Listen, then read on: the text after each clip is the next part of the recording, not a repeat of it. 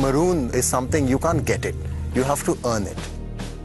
In army fraternity, the symbol maroon, if you're wearing a maroon, maroon is the color of airborne forces all over the world. So if you're wearing a maroon, you don't have to speak for yourself, because it speaks volumes about what you are and what you are capable of doing. Making facts sound stranger than fiction. That is probably the best way to describe the job profile of the Indian Army's paratroopers. These men belong to the elite airborne forces of the Indian Army. They get dropped behind enemy lines to destroy strategic targets. These combat paratroopers are a crack force, working tirelessly to defang the enemy before he can bite. Koi shak kisi ko? Nahi sir. Good. The para forces have been, denoted by a famous adage, men apart, every man an emperor. This was picked up, or rather, this was to denote the heroics of the paratroopers during the World War II. The paratroopers can go down behind enemy lines and change the face of battle. During wartime operations, these elite troops of the Parachute Regiment clear the way for the infantry and other land forces to march forward by weakening enemy defenses in advance.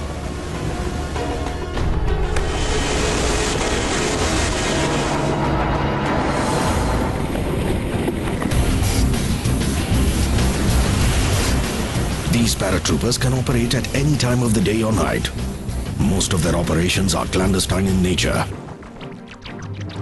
These airborne forces have played a pivotal role during all the wars fought by the Indian Army.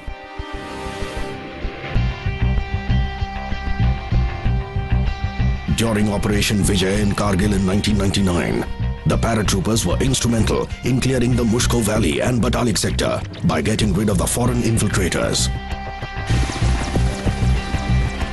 In addition to combat roles, the airborne forces are engaged in a variety of tasks, including combat, search and rescue operations, counter-insurgency actions, sabotaging enemies' communication systems, and responding to emergencies that include terror threats from armed insurgents and cross-border terrorists.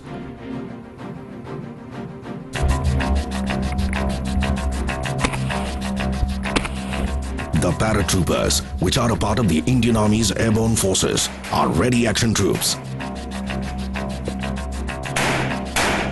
These are inserted in action zones using various means, including heli-borne insertions, slithering, ground vehicles, and military freefall techniques like HALO, that is high altitude low opening, and HAHO, meaning high altitude high opening. These techniques are used by paratroopers to deliver personnel, equipment, and supplies from a transport aircraft with little or no enemy detection. The paratroopers are highly self-sufficient and capable of lifting and airdropping weapons and vehicles straight into the scene of action. An artillery element is integral to these airborne warriors who carry Indian light field gun as part of their arsenal.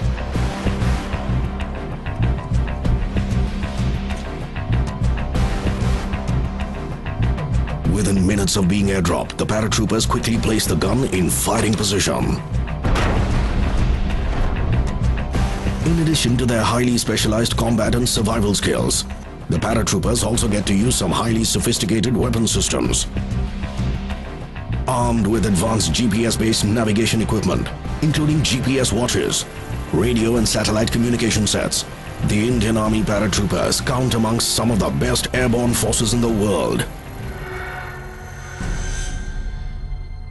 How does the Indian Army get hold of these men? Men who know no fear, men who can attack with the stealth of a cheetah, and men who take pride in living under the shadow of death 24/7. Paratroopers, both men and officers, are elite and special. And they've got to be very physically and mentally tough. All these paratroopers are volunteers. 431F, Sergeant S. Nagar, sir! That is, they become paratroopers out of their own choice.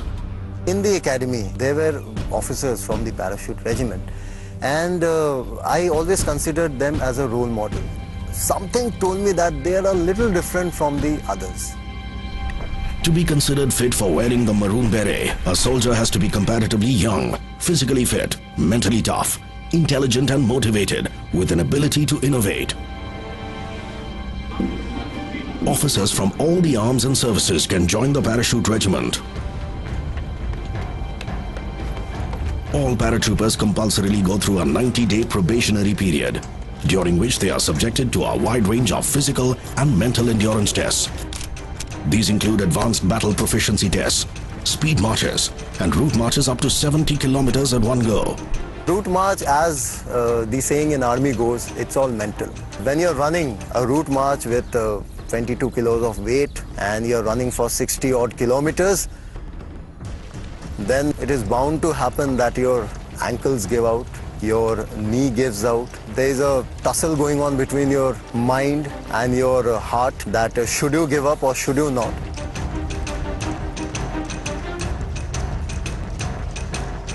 And that is where I would say your temperament to carry on in spite of all odds come into play. A person just by his sheer physical strength cannot run 60 to 70 kilometers with such a weight.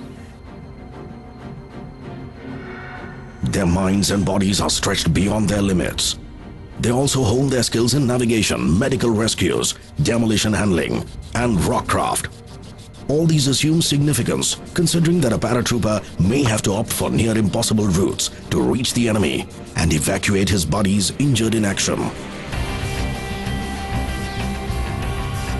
The paratroopers also get special inputs on conducting ambushes and raids on terrorist dens in populated areas. They train to achieve mastery in both conventional as well as unconventional warfare.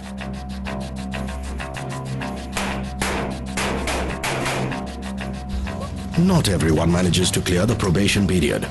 The average rejection rate hovers between 70% and 80%. The ones who fail to impress their instructors are repatriated to their parent units. Only those found up to the mark are sent for special para-training. These men also go through highly specialized training modules at various other army institutions in India. The Indian Air Force's Paratroopers Training School, or PTS, in Agra, in North India, is one such institution. Here they attend a 28-day para-basic course where they get to learn the art of slithering and para-jumping in a variety of conditions. They also attend a compact free-fall course with and without oxygen systems. Those who develop cold feet at the 11th hour are declared unfit for becoming a paratrooper and are sent back to their parent units.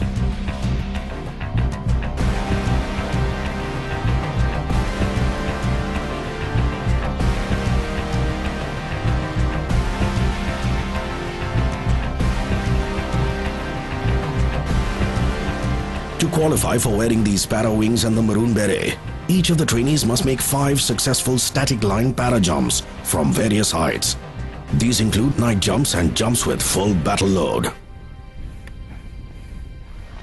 Since these airborne forces work in comparatively smaller teams, the paratroopers must have loads of empathy for their buddies and also possess superior leadership qualities. We need to gel with our troops. Only if we can gel with them, they will listen to me.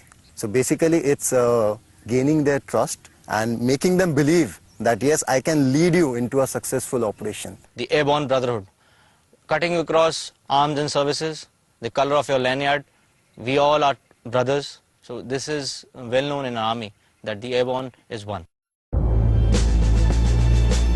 Marooning, the ceremonial granting of the Parachute Regiment's signature maroon beret, is an event that all the trainees eagerly look forward to. Wearing this cap defines their elite force's identity. For Captain Dipankar Barua too, marooning was a life-changing experience, but in an entirely different way and for an entirely different reason.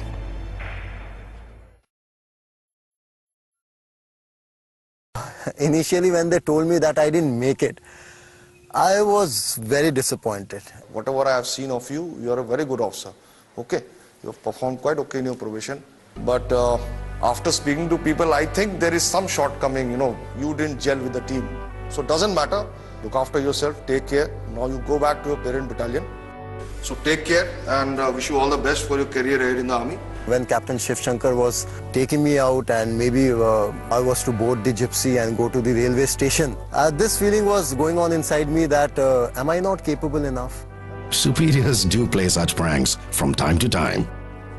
After all, shocks and surprises are integral to a paratrooper's life. Captain Aswal came and told me that I didn't clear my mess bill. And what about your mess bill? Have you cleared it? No, sir. Please come along and clear your mess bill first. It was like a last nail in the coffin that once you're not selected and then you're again going back to clear your mess bill. But then when I went inside, to my shock and surprise, people were waiting holding that maroon beret. And it was like, I've done it. Heartiest congratulations.